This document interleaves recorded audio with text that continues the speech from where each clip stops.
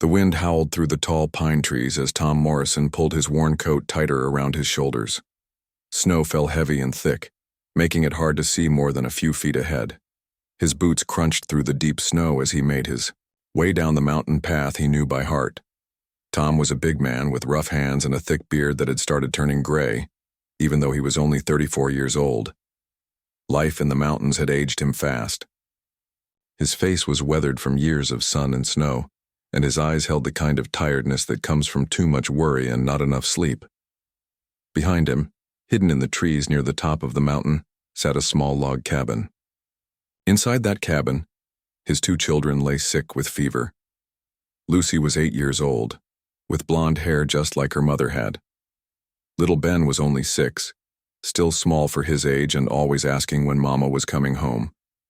But Mama wasn't coming home. She had died 3 months ago from a sickness that started in her lungs and spread through her whole body. Tom had tried everything he knew to help her, but mountain remedies could only do so much. When the snow got too deep to make it to town for a real doctor, he had to watch his wife fade away bit by bit. Now his children were sick too. They had been burning with fever for 3 days straight. Lucy kept asking for water, but they had run out of everything except melted snow. Ben barely opened his eyes anymore. Tom had tried to hunt for food, but the animals were all hiding from the storm. His fishing lines came up empty from the frozen creek. They had eaten the last of their stored potatoes 5 days ago.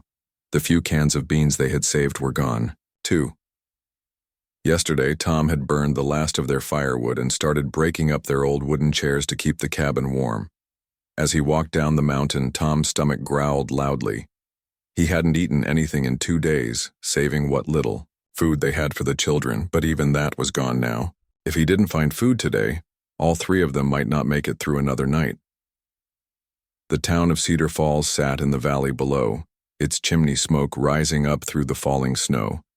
Tom could see the warm yellow lights in the windows of houses where families were probably sitting down to hot meals. The thought made his empty stomach hurt even more. Tom had always been proud. He was the kind of man who worked hard for everything he had and never asked for help from anyone. He had built his cabin with his own hands, hunted his own food, and provided for his family without depending on others. But pride doesn't fill empty bellies or cure sick children. He reached the edge of town as the sun was setting. The snow was falling harder now, and most people had gone inside their warm houses. Tom pulled his hat down low over his eyes and walked slowly down Main Street. The general store sat on the corner, its windows glowing with lamplight. Through the glass, Tom could see shelves lined with food, bags of flour, jars of preserves, wheels of cheese, and best of all, fresh bread. His mouth watered just looking at it. He pushed open the heavy wooden door and a little bell rang above his head. The warmth of the store hit him like a wall, and he realized just how cold he had been. The smell of fresh bread and coffee made his knees weak with hunger. Behind the counter stood Mr. Hartwell, the store owner. He was a thin man with wire glasses perched on his nose and a neat mustache. When he looked up and saw Tom, his friendly smile faded a bit. Mountain men didn't come to town very often, and when they did, it usually meant trouble, or they were looking for credit they couldn't pay back. "Afternoon," Tom said, his voice rough from the cold. "What can I do for you?" Mr. Hartwell asked, staying behind his counter. Tom looked around the store, his eyes stopping on a shelf near the window where several loaves of bread sat cooling. They were golden brown and looked so fresh he could almost taste them. His children's faces flashed in his mind, pale and thin, asking for food he didn't have. "I need some bread," Tom said, "and maybe some milk if you have it." "That'll be 60 cents for 2 loaves and a bottle of milk," Mr. Hartwell said, pushing his glasses up his nose. Tom's heart sank. He had searched through every pocket of his coat and pants that morning. All he had found was 8 cents and a button that had fallen off his shirt. He had hoped maybe the store owner would let him work for food or trade something. But looking around at Mr. Hartwell's neat store and nice clothes, he knew that wasn't going to happen. "I don't have money right now," Tom said slowly. "But my children are sick up on the mountain. They haven't eaten in days. Maybe I could chop wood for you, or fix something around the store?" Mr. Hartwell shook his head.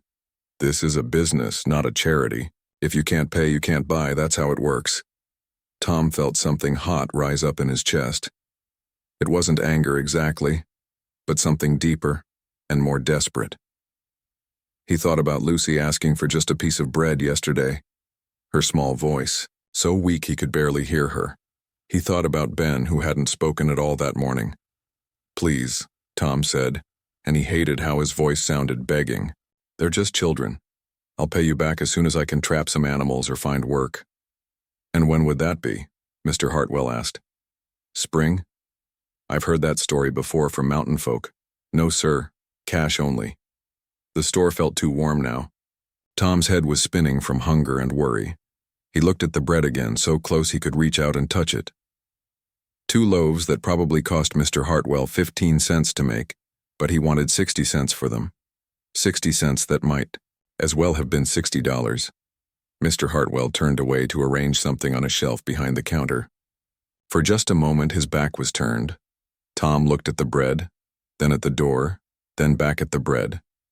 His feet moved before his mind could stop them. In 2 quick steps, he reached the shelf and grabbed 2 loaves of bread, tucking them under his coat. The bell above the door jingled as he pushed it open and stepped back into the cold night air. "Hey!" Mr. Hartwell's voice shouted behind him. "Stop! Thief!" Tom ran. The bread bounced under his coat as his boots slipped and slid on the snowy street. Behind him, he could hear Mr. Hartwell shouting and the store door slamming open again. "Someone stop him! That man stole bread from my store!" Tom's lungs burned as he ran through the falling snow. He could hear footsteps behind him and more voices joining the chase. A few men came out of the saloon when they heard the commotion, and suddenly it seemed like half the town was after him. He made it 3 blocks before someone tackled him from behind. Tom hit the ground hard, and the bread scattered in the snow. Strong hands grabbed his arms and pulled them behind his back. "Got him!" someone yelled. Tom didn't fight back. What was the point? He lay face down in the cold snow, thinking about his children waiting for him in their dark cabin. He had failed them. He had broken the law, and now instead of bringing them food, he wouldn't be coming home at all. Sheriff Johnson arrived a few minutes later, breathing hard from running. He was a big man with a thick mustache and a star pinned to his heavy coat. "What happened here?" he asked. "This mountain man stole bread from my store," Mr. Hartwell said, pointing at Tom. "I saw him take it with my own eyes." The sheriff looked down at Tom, who was still lying in the snow with his hands held behind his back. "That true?" Tom closed his eyes. He could lie, but what good would that do? There were too many witnesses, and the bread was scattered right there in the snow as evidence. "Yes," he said quietly, "I took the bread." "Well then," Sheriff Johnson said, pulling out his handcuffs, "looks like we got ourselves a thief." As they pulled Tom to his feet and put the cold metal handcuffs around his wrists, he looked back up the mountain toward his cabin.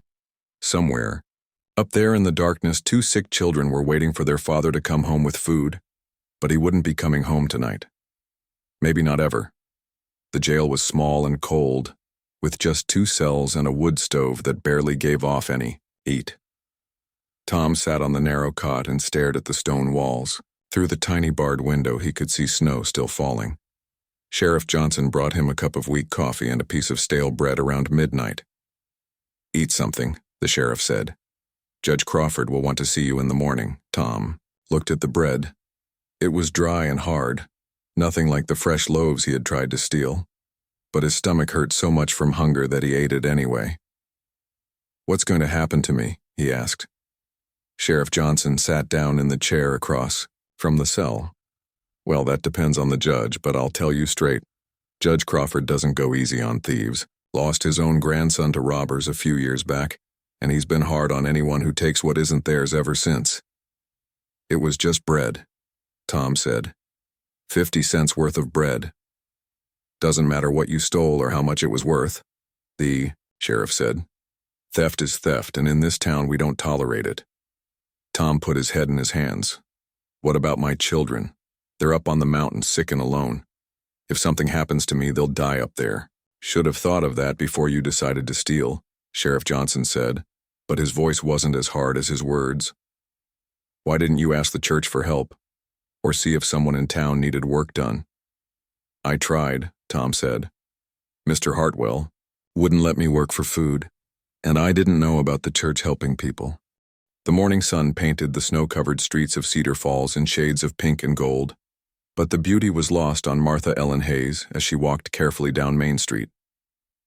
At 6 months pregnant, every step required thought and balance, especially on the icy wooden sidewalks. Martha Ellen was 28 years old, with kind brown eyes and dark hair that she kept pinned up under a simple wool hat.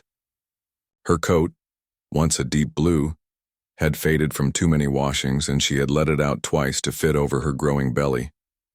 She carried a small basket for her shopping, though there wasn't much money in her purse for anything beyond the absolute necessities.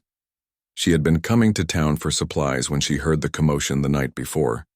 Standing across the street from the general store, she had watched the whole thing unfold.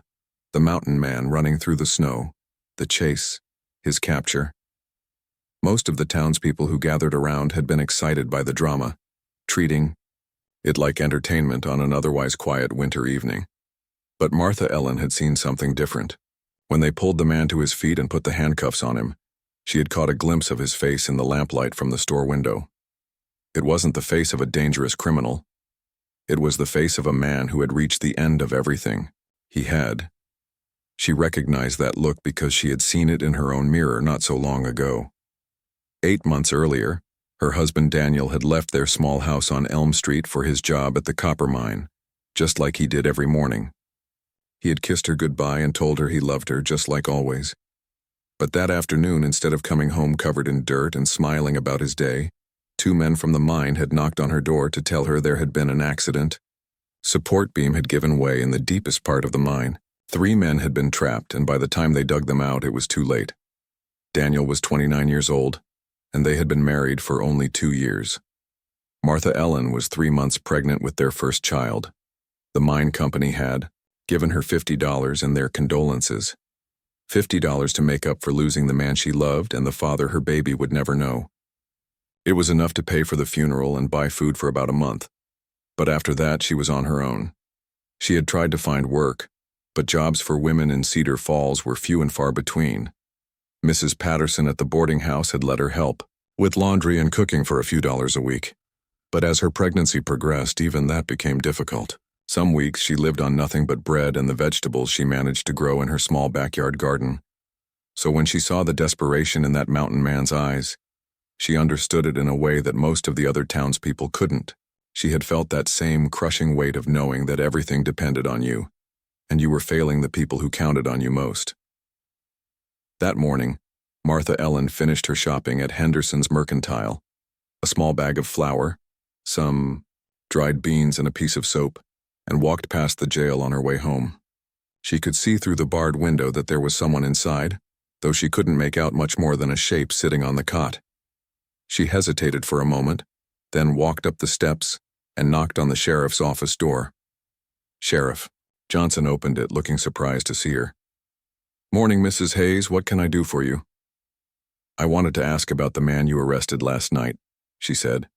"Is it true he stole bread?" "Yes, ma'am, that's right. Took 2 loaves right off Hartwell's shelf and ran out the door with them." "Did he say why he did it?" The sheriff looked at her curiously. "Why do you want to know?" Martha Ellen put her hand on her belly, feeling the baby move inside. I was wondering if he had a reason. People don't usually steal bread unless they're pretty desperate."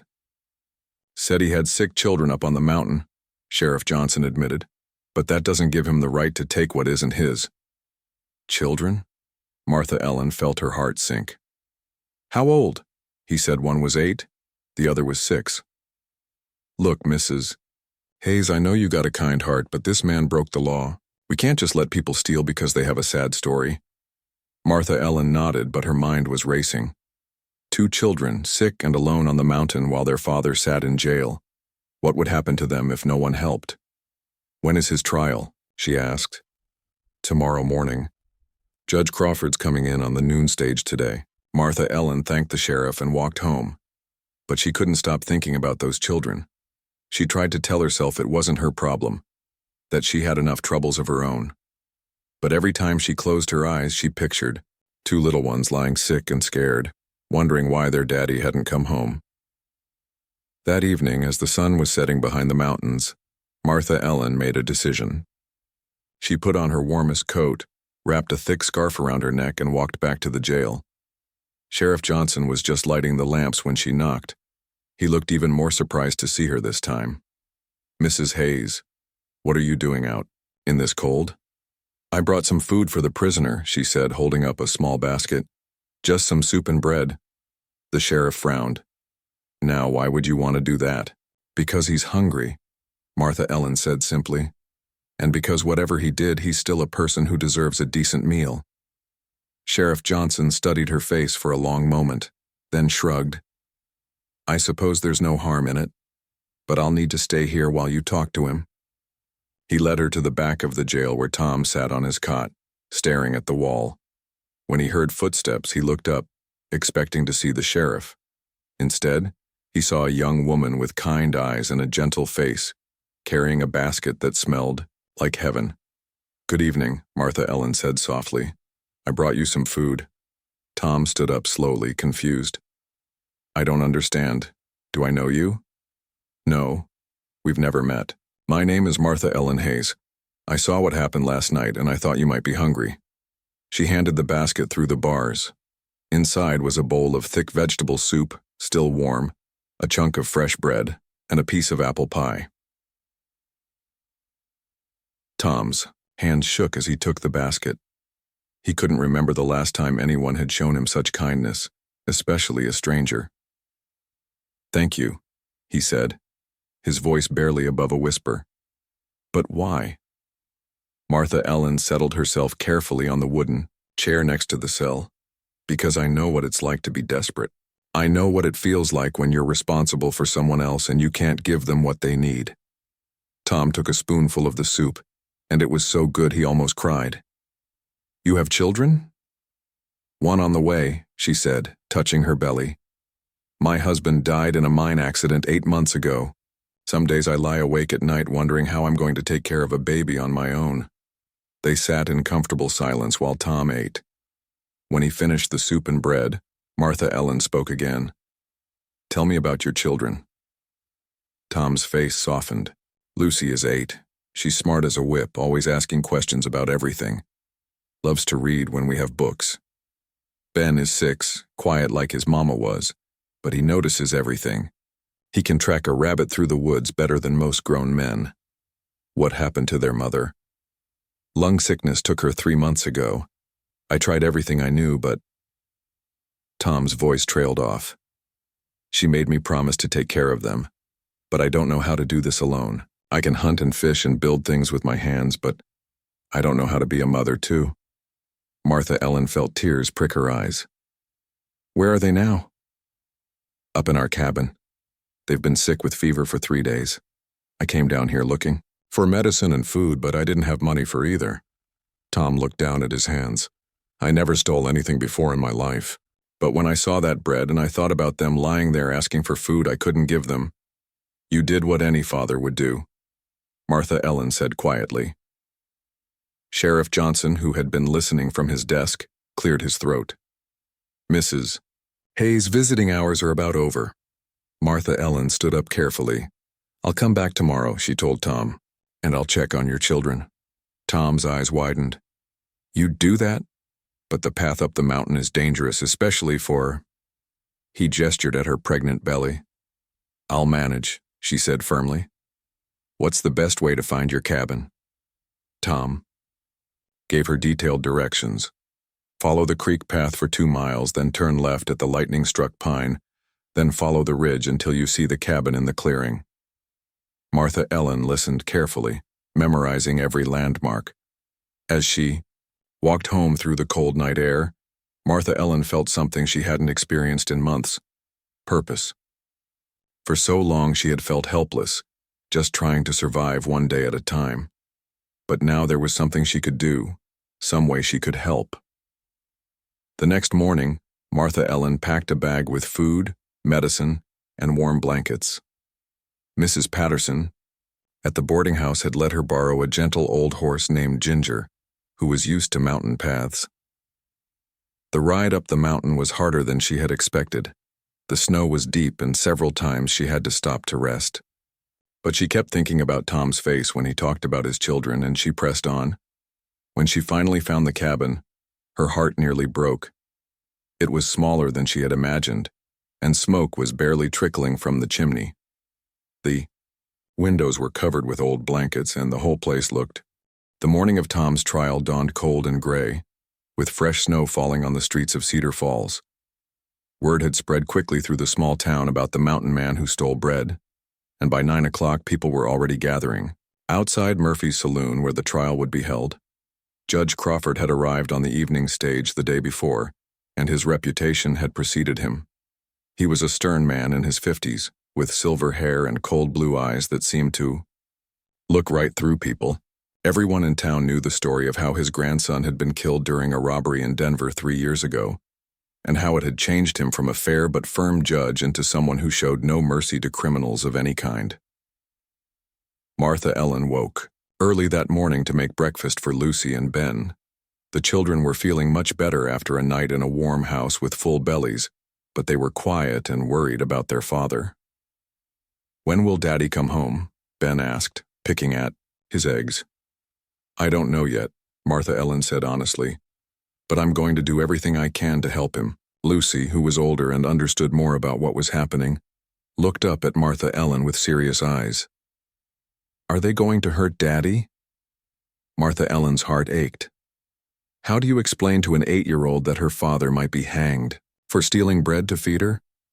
"The judge will decide what happens," she said carefully, "but I'm going to talk to him and tell him about you and Ben, and about why your daddy did what he did." She left the children with Mrs. Patterson, who had agreed to watch them during the trial. As she walked through the snowy streets toward the Care saloon, Martha Ellen felt her baby moving restlessly inside her, as if sensing her anxiety. Murphy's saloon had been cleared of its usual tables and chairs, replaced with rows of benches for spectators. At the front of the room, a simple wooden table served as the judge's bench, with 2 chairs placed in front of it, one for the defendant and one for witnesses. Martha Ellen found a seat in the middle of the room, close enough to see everything, but not so close that she would draw attention to herself. The room filled quickly with townspeople eager to see justice served. She recognized most of the faces: shopkeepers, miners, wives, and even some children who should have been in school. At exactly 10 o'clock, Sheriff Johnson brought Tom in through the side door. Martha Ellen's heart clenched when she saw him. He looked smaller somehow, diminished by the handcuffs and the weight of what was happening. His eyes searched the room until they found hers, and she gave him the smallest nod of encouragement.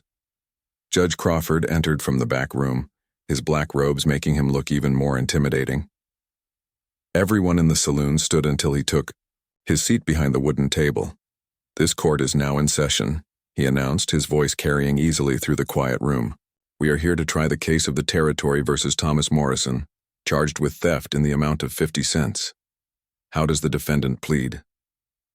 A young man named William Foster, fresh out of law school and serving as Tom's court-appointed attorney, stood up nervously. "Your Honor, my client pleads guilty to the charge, but we ask the court to consider the circumstances that led to his actions." Judge Crawford's expression didn't change. "The plea of guilty is accepted.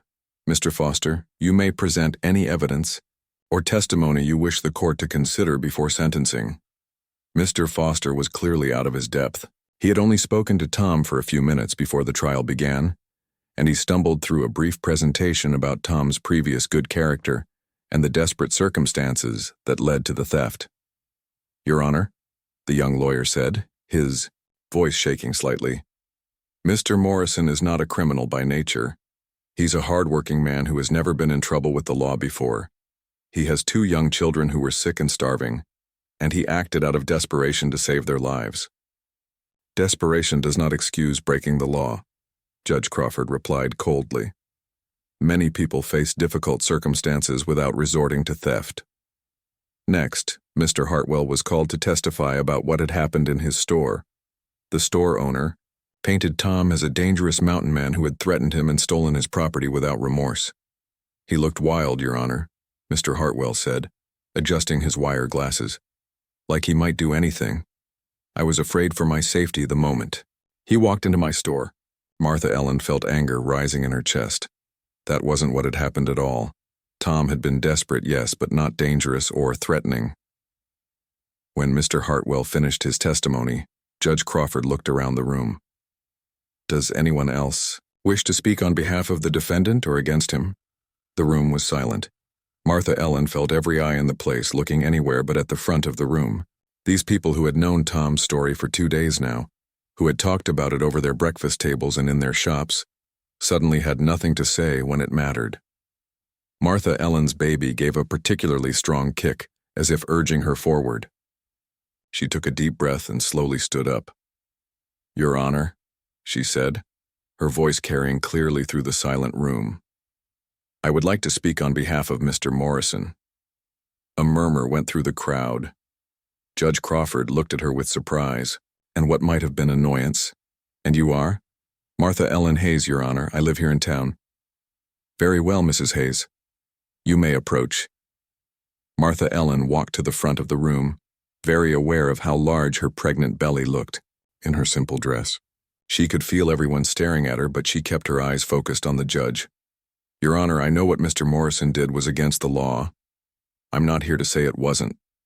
But I am here to tell you about the man who did it and why he felt he had no other choice." Judge Crawford leaned back in his chair, his cold eyes studying her. "Go on." "Yesterday, I went up the mountain to check on Mr. Morrison's children. I found them alone in a cabin so cold I could see my breath inside it. They were burning furniture to stay warm because there was no firewood left. Both children were sick with fever and they were so hungry they could barely lift their heads." Martha Ellen's voice grew stronger as she spoke. "Lucy is 8 years old, Your Honor. She's smart and curious and she loves to read. Ben is 6, quiet and gentle like his mother was. Their mother died 3 months ago from lung sickness, leaving Mr. Morrison to care for them alone." She turned slightly so she could see Tom, whose eyes were filled with tears at her description of his children. "Mr. Morrison isn't a criminal, Your Honor. He's a father who watched his children growing weaker every day and couldn't bear it anymore. When he came to town that night, he tried to arrange work in exchange for food. Mr. Hartwell refused. Mr. Morrison had no money, no family to turn to, and no other options." "There are always other options besides theft," Judge Crawford said sternly. "Are there?" Martha Ellen asked, meeting his gaze directly. "What options does a mountain man have, in the middle of winter with 2 dying children? Should he have let them starve while he spent days looking for work that might not exist?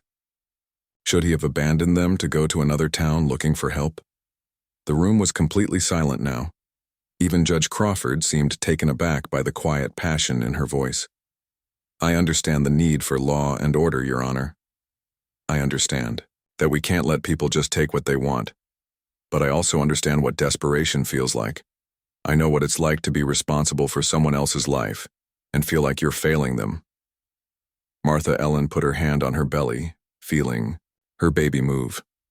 "My husband died in the mine 8 months ago. There have been nights when I've lain awake wondering how I'm going to feed this child when it's born.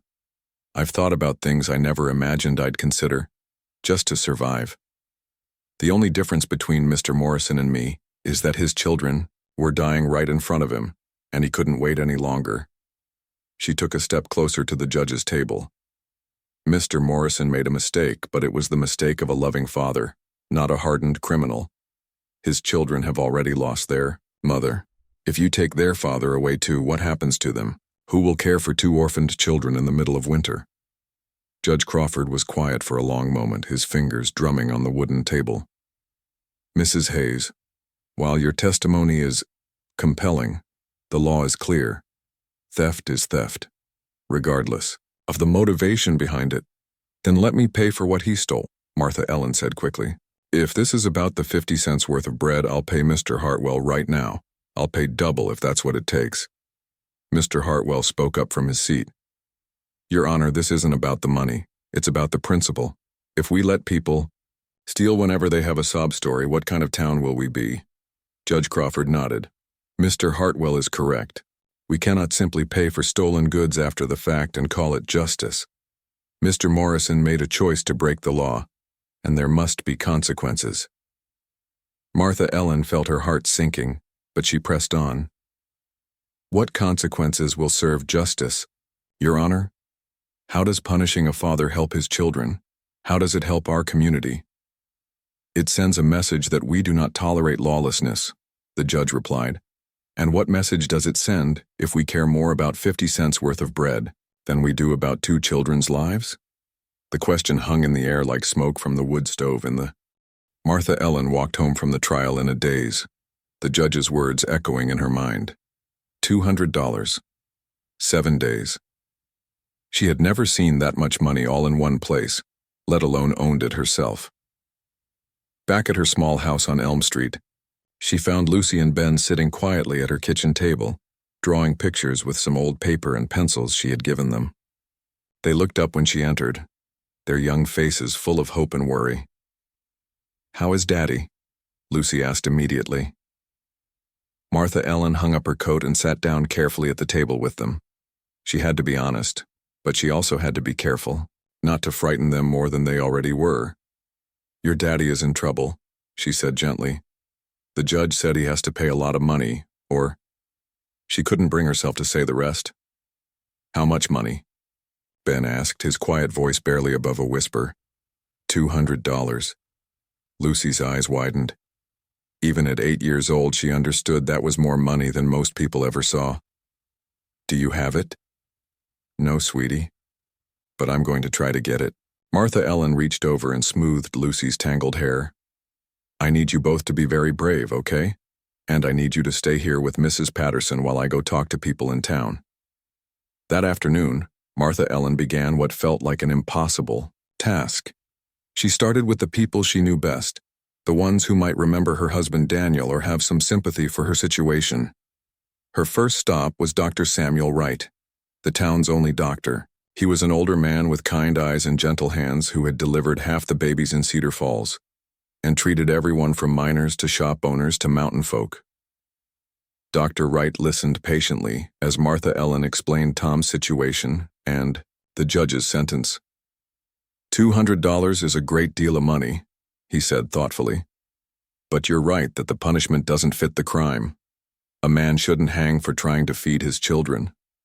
He went to a small safe in the corner of his office and pulled out a leather pouch. "I can give you $25, he said, counting out the bills. "I treated Tom's wife before she died. She was a good woman and he's a good man. Their children deserve to have their father." Martha Ellen felt tears of gratitude spring to her eyes. "Thank you, Dr. Wright. I'll pay you back somehow." "Don't worry about that now. Just focus on saving that man's life." Her next stop was the schoolhouse, where Mrs. Catherine Mills taught the town's children. Mrs. Mills remembered Lucy from the few months she had attended school before the family moved up the mountain. "She was one of my brightest students," Mrs. Mills said sadly. "It broke my heart when they left town. I always wondered what happened to her." Mrs. Mills could only afford to contribute $10, but she also gave Martha Ellen something even more valuable, a list of other families in town who might be willing to help. "Try the Andersons," she suggested. "They have 6 children of their own, so they understand what it means to worry about feeding a family. And maybe the Kowalskis. They lost a son last year, and Mrs. Kowalski has a soft heart for anyone who's grieving." Martha Ellen spent the rest of that day and all of the next walking from house to house, knocking on doors and telling Tom's story over and over again. Some people were kind but claimed they had no money to spare. Others were sympathetic, but afraid of what might happen if they helped a convicted thief. But slowly, painfully, the donations began to add up. Mrs. Anderson gave $3, saying it was all she could spare from her grocery money. Mr. Peterson, the blacksmith, contributed $5 and promised to spread the word among the other craftsmen in town. By the end of the second day, Martha Ellen had collected $68.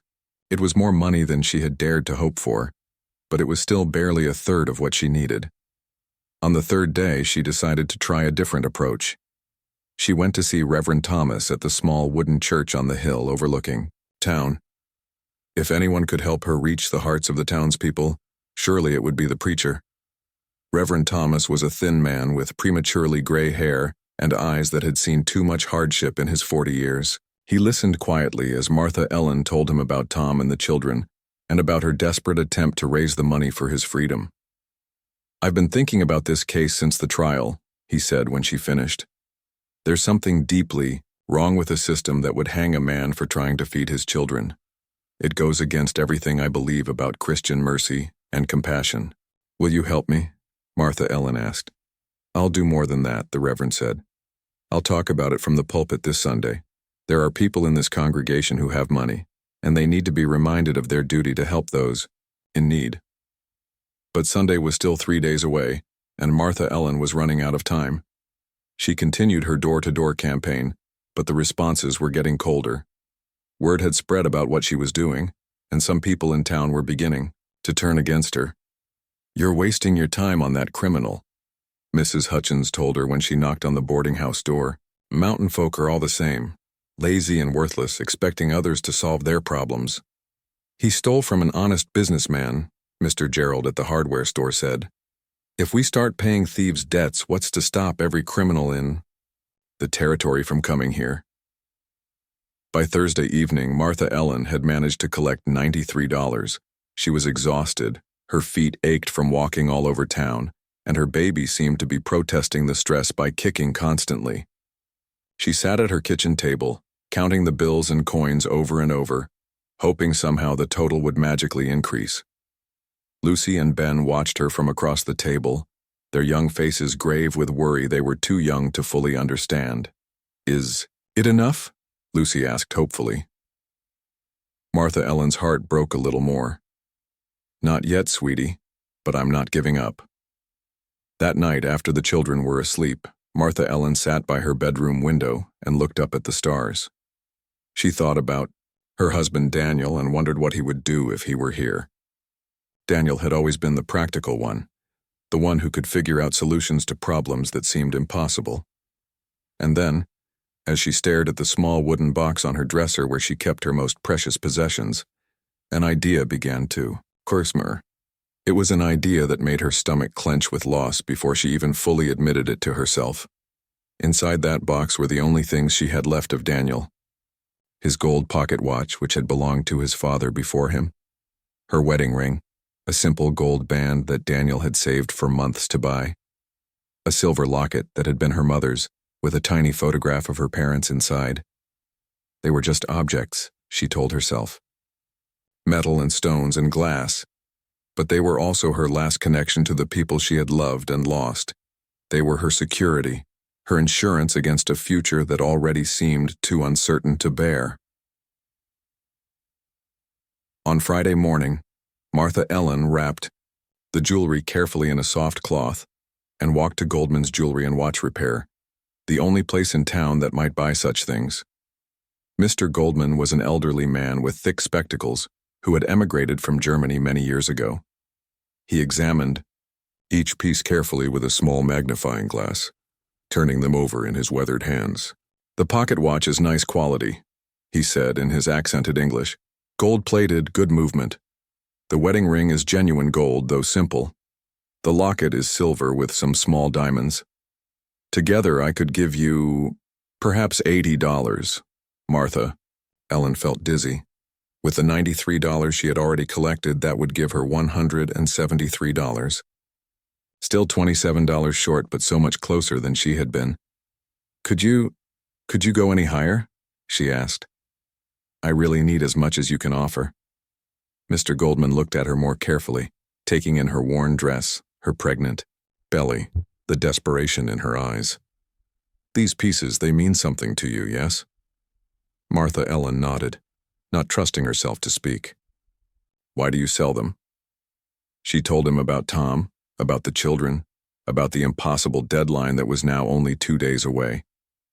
Mr. Goldman listened without interrupting, occasionally nodding or making small sounds of sympathy.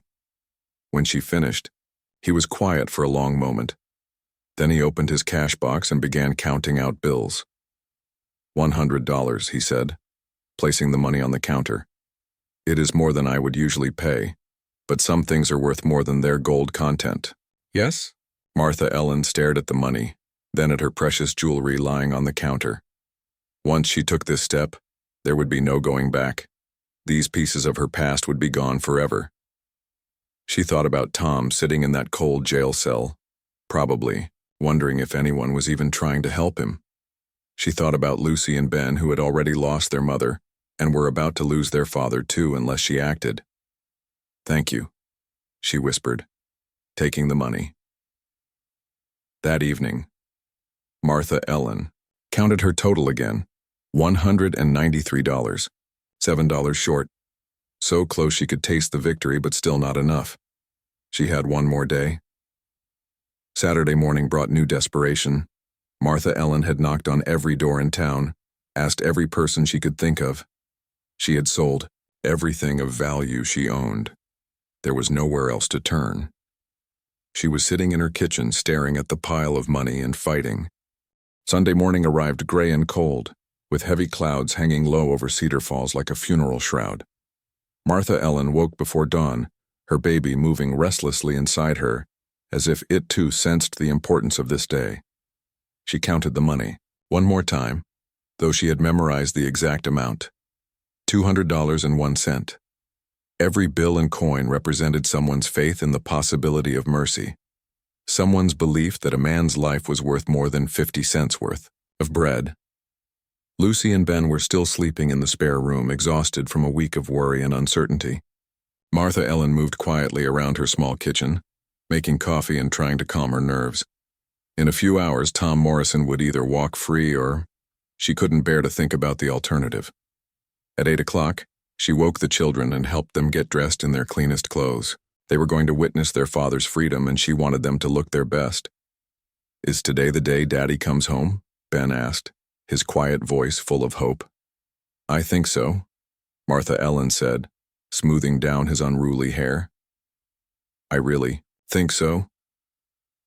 They walked through the quiet Sunday morning streets toward the courthouse, Martha Ellen carrying the precious money in a small leather bag that had once belonged to Daniel. A few early churchgoers were making their way to services, and some of them nodded respectfully when they saw her. Word had spread about her efforts to save Tom, and opinion in the town was slowly shifting. Sheriff Johnson was waiting at the courthouse steps, looking tired and uncomfortable in his formal uniform. Behind him, Martha Ellen could see a small crowd gathering. Some townspeople who supported the execution, others who had come to witness what they hoped would be an act of mercy. "Morning, Mrs. Hayes," the sheriff said. "I heard you might be coming by today." "I have the money," Martha Ellen said simply, patting the leather bag. "All of it." Sheriff Johnson's weathered face broke into the first genuine smile she had seen from him all week. "Well, I'll be damned. Excuse my language, ma'am. I didn't think it was possible." Judge Crawford arrived at exactly 9 o'clock, his black robes, making him look even more severe in the morning light. He had clearly expected this to be a simple execution, not a legal proceeding, and he seemed annoyed by the delay. "I understand there may be a payment to consider," he said stiffly.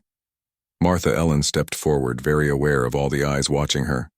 "Yes, Your Honor. I have the full amount required by territorial law for Mr. Morrison's release." She opened the leather bag and began counting out the money on the courthouse steps, bill by bill and coin by coin. The crowd pressed closer to watch, some people whispering in amazement at the sight of so much money. 195, 100, 96, 197, 198, 199, $200. She paused, then added the final penny. And 1 cent. Judge Crawford examined the money carefully, counting it twice himself. Martha Ellen held her breath, wondering if he would find some legal reason to refuse the payment. Finally, he looked up at her with something that might have been respect.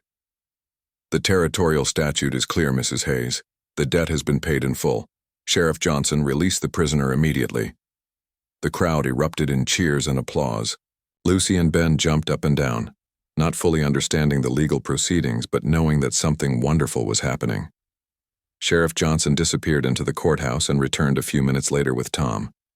Martha Ellen barely recognized him at first. He had lost weight during his week in jail and his clothes hung loose on his frame. But when he saw his children running toward him, his face transformed with joy and relief. "Daddy! Daddy!" Lucy threw herself into his arms, followed closely by Ben. Tom knelt down and held them both tightly, tears streaming down his weathered cheeks. "I thought I'd never see you again," he whispered into Lucy's hair. "I thought you'd be all alone." "Martha Ellen took care of us," Ben said, his small hand patting his father's face. "She made us soup and read us stories and promised she'd bring you home." Tom looked up at Martha Ellen over his children's heads, and the gratitude in his eyes was almost too much for her to bear. He stood slowly, still holding Lucy and Ben close. "Mrs. Hayes," he said, his voice rough with emotion. "I don't have words for what you've done. You saved my life, and more than that, you saved my children from being orphans. How can I ever repay you?" "You don't owe me anything," Martha Ellen said, though her own eyes were filled with tears. "Every parent would do the same for their children." "Not every parent," Tom said quietly. "And not every neighbor would do what you did for strangers." Dr. Wright stepped out of the crowd then, his medical bag in his hand. "Tom, you look like you need a good meal and some rest. And Mrs. Hayes, in your condition, all this excitement can't be good for you or the baby." As if on cue, Martha Ellen felt a sharp pain across her belly. The stress and exhaustion of the past week had taken their toll, and her body was reminding her that she was carrying precious cargo of her own. "I'm fine," she started to say, but another pain cut off her words. Tom was beside her immediately, his strong arms supporting her as she swayed slightly. "Dr. Wright, is she?" "Probably just exhaustion and stress," the doctor said, taking Martha Ellen's pulse. "But we should get her home and off her feet. Tom, think you can manage that?" "It would be my honor," Tom said. The crowd began to disperse, some people stopping to congratulate Martha Ellen on her success, others to welcome Tom back to freedom. Reverend Thomas approached as Dr. Wright was checking on Martha Ellen. "Mrs. Hayes," the preacher said, "what you've done here will be remembered for a long time. You've shown this whole town what Christian charity really looks like." As they walked slowly back to Martha Ellen's house, Tom carrying Lucy while Ben held Martha Ellen's hand, she felt something she hadn't experienced in months, the warmth of belonging to a family again. "Where will you go?" she asked Tom. "Back, up to the mountain." Tom was quiet for a moment, looking around at the town that had nearly hanged him, but had also produced the miracle of Martha Ellen's kindness. "I don't know. The cabin's not much good now, and I think the children need to be closer to people, to school and doctors, and—" He trailed off, but Martha Ellen understood. The mountain had been their retreat after Mary died, a place to hide from the world and their grief. But isolation hadn't healed them. It had nearly destroyed them. "Dr. Wright mentioned yesterday that he could use help with his practice," Martha Ellen said carefully. "Someone to assist him on house calls, especially to the more remote areas. He said your mountain experience would be valuable. He'd hire me after everything that's happened. He was one of the first people to contribute money for your freedom," Martha Ellen told him.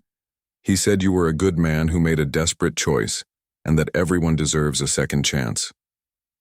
That afternoon, while the children played in Martha Ellen's small backyard, she and Tom sat on her front porch talking about the future. Tom was still overwhelmed by his freedom and the kindness that had made it possible. "I need to find a place for us to live," he said. "Somewhere the children can go to school and feel safe." Martha Ellen looked at her little house. 2 bedrooms, a small kitchen, a sitting room that was barely big enough for a sofa and chair. It wasn't much, but it had felt enormous and empty since Daniel died. "The spare room where Lucy and Ben have been sleeping," she said slowly. "It was going to be the nursery for my baby. But there's no reason it can't serve both purposes. The children could stay there, and you could, well, there's a small shed out back that could be converted into a room." Tom stared at her. "Mrs. Hayes, I can't ask you to." "You're not asking, I'm offering." Martha Ellen put her hand on her belly, feeling the baby move. "This child is going to need brothers and sisters, even if they're not related by blood. And I think I need a family as much as you do." Over the following weeks, the arrangement became more natural and comfortable than any of them had expected. Tom threw himself into his new job with Dr. Wright, learning to assist with everything, from setting broken bones to delivering babies. His mountain skills proved invaluable, when they had to make house calls to remote mining camps or isolated farms. Lucy and Ben returned to school, where Mrs. Mills welcomed them back with joy and extra attention to help them catch up on what they had missed. The children blossomed in the warmth and stability of their new life, though they still missed their mother terribly. Martha Ellen found that having Tom and the children around made her own grief easier to bear. Tom was handy with repairs and improvements around the house, and having children's laughter fill the rooms again reminded her of all the reasons she had to be hopeful about the future. One evening in early spring, as Martha Ellen was getting close to her due date, she went into labor unexpectedly. Tom was there to help Dr. Wright with the delivery, his steady hands and calm presence making all the difference during the long, difficult night. When her daughter finally arrived, a healthy, strong baby with Daniel's dark hair and Martha Ellen's brown eyes, Tom was the first person besides Dr. Wright to hold her. "She's beautiful," he whispered, tears in his eyes as he looked down at the tiny face. "She looks just like her mama."